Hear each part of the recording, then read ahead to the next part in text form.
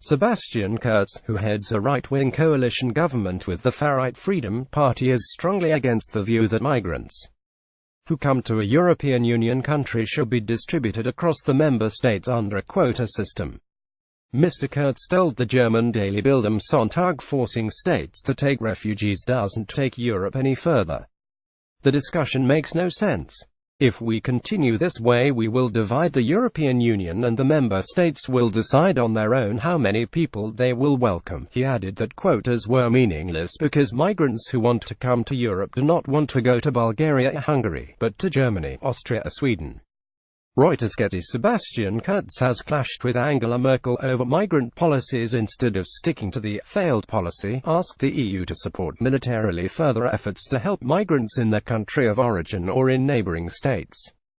He appeared to back the creation of so-called safe zones. Mr. Kurz said the border that separates asylum and economic migration is currently quite fragile.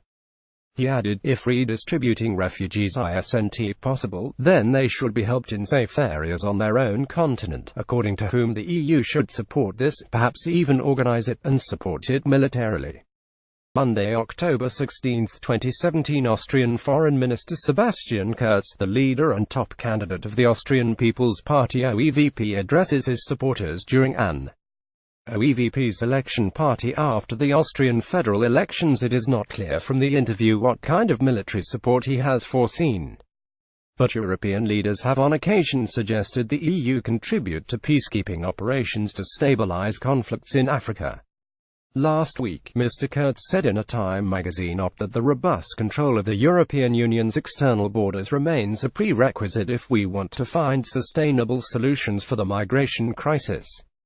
The countries of the Visegrad Group, Poland, Czech Republic, Hungary and Slovakia, oppose the allocation system decided by Brussels. Ghetto protesters in Vienna wanting migrants to be allowed to stay. As a foreign minister, Kurz had harshly criticized the reception policy carried out by German Chancellor Angela Merkel, who opened the doors to more than 1 million refugees. In 2015, since his election as Chancellor, Mr. Kurz has aligned himself with Hungary and the Czech Republic in opposition to the German policy on asylum seekers and the distribution of quotas in the European Union. The question of how to deal with streams of migrants fleeing war and poverty in the Middle East and Africa also divides Merkel's Conservatives and the Social Democrats SPD as they prepare for talks on forming a new government. Hardline members of Merkel's conservative camp demand tight absolute caps on the numbers of refugees allowed to enter Germany each. Yet, while a senior SPD official on Saturday suggested local authorities around Europe be paid to house refugees.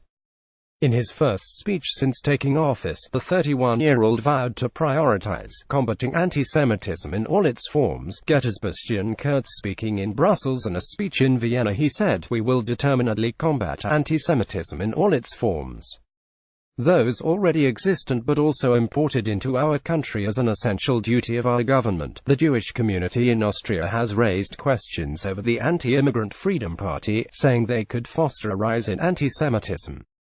Freedom Party leader Heinz-Christian Streeck, the new vice-chancellor, has also repeatedly said his party does not and will not countenance anti-Semitic rhetoric and will expel any member caught engaging in it. The Jewish community in Vienna has called Mr. Strasser's pledges a facade. The Freedom Party came in second to Kurz's centrist OVP party in the general election in October.